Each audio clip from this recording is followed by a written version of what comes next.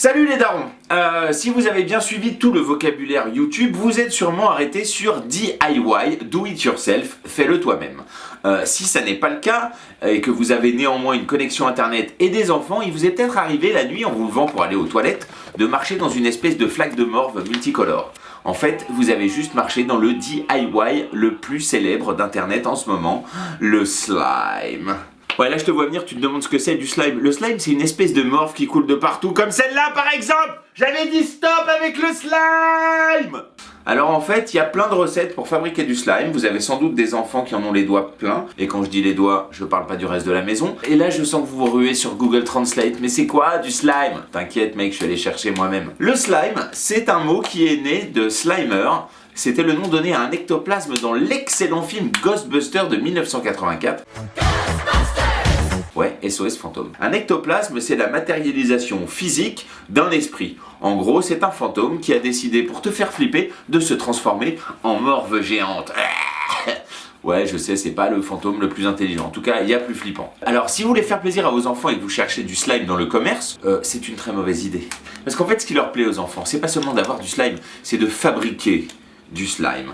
Et chaque youtubeur y va de son petit conseil. Une recette sur YouTube, c'est presque aussi fiable qu'une définition sur Wikipédia. Rien n'a été vérifié au préalable. Il y a pas mal de recettes de slime qui fleurissent avec notamment du borax à l'intérieur, c'est de l'acide borique. Alors ça, c'est un produit génial qui a la faculté de provoquer des brûlures, des cloques, des allergies, des intoxications et parfois même la mort.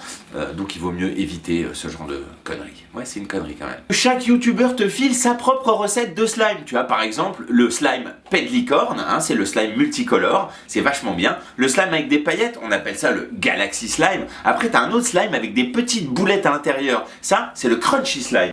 Le Crunchy Slime, c'est ça. C'est dégueu, je sais, mais c'est sympa quand même.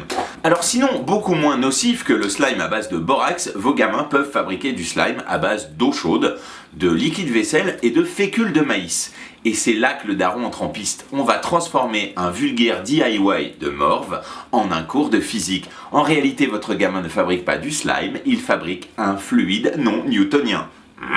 Un fluide non newtonien réo-épaississant, qu'est-ce que c'est? Parce que quand tu vas dire ça à ton mouflet, à un moment, il faut que tu saches de quoi il s'agit. Alors, un fluide, c'est ça. Là, c'est fluide, on sent que ça s'écoule, d'accord? Normalement, un fluide newtonien, quelle que soit la pression exercée dessus, ou le stimulus, ou le mélange, il garde à peu près la même fluidité, la même viscosité. Celui-ci, qui est non newtonien, si je le pose, tout simplement, il va finir par s'étaler.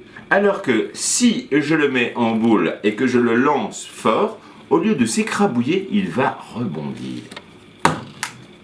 Excellent, non? Et voilà, fini les fleuves de morve. C'est dégueulasse.